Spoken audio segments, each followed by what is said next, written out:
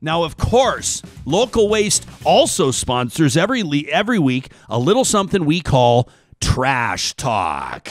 These are emails to talk@ryanjesperson.com. Now, this is your chance to get a few things off your chest. This is your chance to feel a little bit better because you've got an avenue to vent, just like Tracy did. Tracy says, "Hey, Ryan, if I see one more effing post about snitching or tattling on neighbors for Christmas, I'm going to go nuts." She says this is a virus, this is a pandemic, and nobody's safe. She says, hey, listen, we had 0 cases in our community from April to November, but a family gathering in a neighborhood town here in rural Alberta caused our cases to go from 0 to 7. A birthday party! What a gift. She says as a result, our farmers market canceled, 40-plus small businesses screwed. She says, I am supposed to not snitch or tattle so people can have these gatherings. She says, do people think that outbreaks are okay? Tracy says, I'm going to lose it. People are saying I got to keep my mouth shut, but I'll tell you something. She says, I've followed the rules,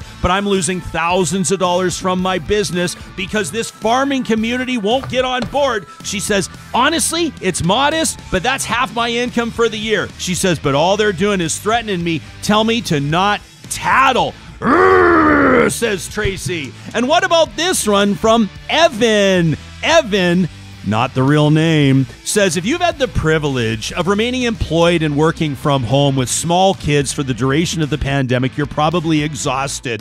Evan says, I know I am. I sincerely appreciate the employers that have shown leadership in allowing more flexible work arrangements, especially with employees trying to balance challenges with childcare, online schooling, and full-time work schedules, but many are missing the opportunity to be transformational. Says, how about solutions for employers that would actually help us manage our mental health, for an example? But guess what? No employer seems to be interested in doing any of it. So start listening to employees before you start drafting your list of helpful tips. Stop telling me to think outside the box and be nimble. After you, corporate drone. After you, says Evan. And here's mine. Not so much trash talk as a recycling of a sentiment.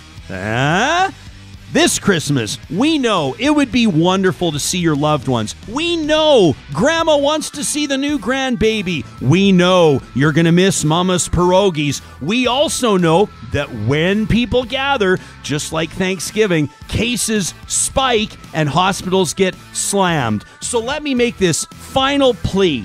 Even if you've got plans to gather with the boys on the outdoor rink today, even if you've got plans to gather with the girls around the fire and crush a couple bottles of wine, even if tomorrow means you're going to hit the road and go for that family gathering, don't. Pull the pin.